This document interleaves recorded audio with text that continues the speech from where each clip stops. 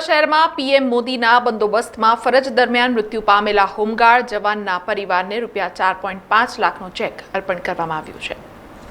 વડોદરા શહેરમાં ગતરોજ વડાપ્રધાન નરેન્દ્ર મોદીના બંદોબસ્તમાં ફરજ દરમિયાન હોમગાર્ડ જવાન નિતેશ અરવિંદ જાડિયાનું હાર્ટ એટેકના કારણે મૃત્યુ થયું હતું। આ ઘટનાથી શોકમાં ગરકાવ થયેલા પરિવારજનોને સાંત્વના આપવા ગાંધીનગરથી અધિકારીઓ વડોદરા દોડી આવ્યા હતા, ત્યારે સરકારે સંવેદનશીલતા દાખવી ત્વરિત કાર્યવાહી કરી હતી અને આજે સવારે જ ગાંધીનગરથી આવેલા અધિકારીઓએ મૃતક જવાનના પરિવારની મુલાકાત લીધી હતી અને હોમગાર્ડ્સ કલ્યાણ નિધિમાંથી તેમને સરકાર દ્વારા મળવાપાત્ર રૂપિયા 4.5 લાખનો ચેક અર્પણ કરવામાં આવ્યો હતો।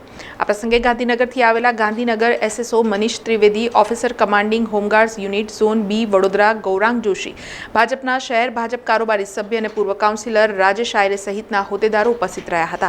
આ સાથે જ અધિકારીઓએ પરિવારજનો સાથે વાતચીત કરી તેમને સાંત્વના પાઠવી હતી। પરિવારને ખાતરી આપી કે ભવિષ્યમાં જ્યારે પણ જરૂર પડશે ત્યારે સરકાર તેમની પડખે ઊભી રહેશે। માનનીય વડાપ્રધાન શ્રીના બંદોબસ્ત દરમિયાન અમારા હોમગાર્ડ જવાન શ્રી નીતિશભાઈને અચાનક જ ફરજ દરમિયાન અવસાન થયેલું છે। હોમગાર્ડ દળ ચિંતિત છે અને ગંભીર નોંધ લીધેલી છે।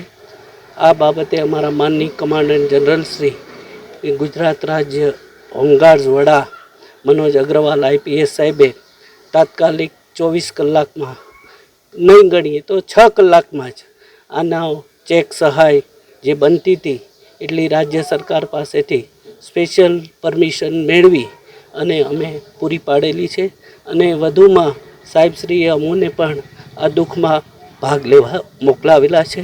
વડોદરાના કિસ્સામાં પ્રથમ વખત કે જે 24 કલાકની અંદર સહાયનો ચેક તૈયાર કરીને આજે અમે એમના જે ધર્મપત્ની હતા એને સુપ્રત કર્યો છે, એ બદલ હું જિલ્લા કમાન્ડર તરીકે ગૌરાંગ જોશી વડી કચેરીનો આભાર વ્યક્ત કરું છું અને આ સમયે રાજેશભાઈ આરે સાથે રહીને જે સાથ અને સહકાર આપ્યો એ બદલ તેઓનો પણ હું આભાર વ્યક્ત કરું છું। આ દરમિયાન સ્વર્ગસ્થ નિતેશ જાડિયાના પરિવારજનોએ ગાંધીનગરથી આવેલા અધિકારીઓ અને પૂર્વ કોર્પોરેટર રાજેશ આયરેનો આભાર વ્યક્ત કર્યો હતો। અમારા ઘરે દુઃખદ ઘટના થઈ છે, એમાં સરકાર દ્વારા અમને સહાય આપવામાં આવી છે। રાજેશભાઈ આયરે, હોમગાર્ડવાળા ભાઈઓ બધાએ થઈને સહકાર આપ્યો છે ને એમના બાળકને પણ હોમગાર્ડમાં ફરી મોટો થાય તો જોબમાં લેવાની પણ વાત કરી છે અમને, તો સરકારનો આભાર, ખૂબ ખૂબ આભાર। આ સાથે જ રાજેશ આયરે પણ આ મુશ્કેલ સમયમાં પરિવારની પડખે રહેવાની પ્રતિબદ્ધતા વ્યક્ત કરી હતી।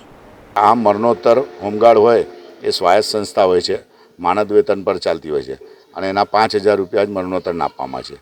વડોદરામાં પહેલીવાર એવું છે કે આવા કોઈ કેસીસની અંદર 4,05,000 આપવામાં આવે છે, તો પણ જ્યારે માણસનું જે ઘરની અંદર કમાવું દીકરો હોય અને એની આખી જિંદગી આવા 4 લાખ રૂપિયાથી થતું ન હોય, પણ આ માનદ વેતન સંસ્થા છે, આમાં બીજું કંઈ હોય નહીં।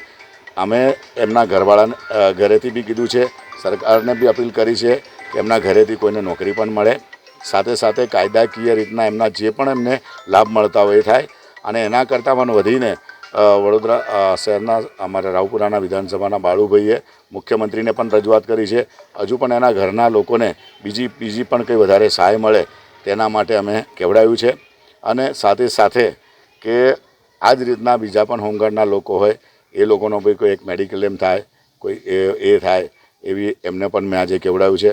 આજે એમનો પણ એ માનું છું, કારણ કે દીકરો ગયો છે, કાચે લાખ આપો, 5 લાખ આપો, 5 કરોડ આપો, આના કરતાં વધારે કંઈ હોઈ નહીં શકે, પણ સૌથી સારી એક વાત છે કે એના ઘર પાસે એને એક પાન સાથે ગાર્ડ ઓફ ઓનર આપી એ છોકરાને આજે સરકાર તરફથી કરવામાં આવ્યા છે।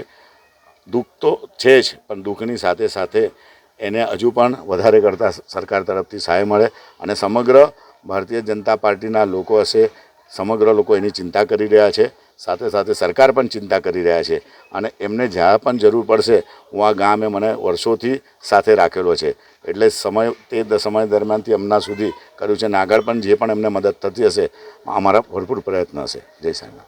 સમાચારોના સતત અપડેટ માટે TNN ન્યૂઝને YouTube પર સબસ્ક્રાઇબ કરી બેલ આઇકોન પ્રેસ કરો અને અમારી સાથે જોડાયેલા રહો ફેસબુક, ઇન્સ્ટાગ્રામ અને ટ્વિટર ઉપર।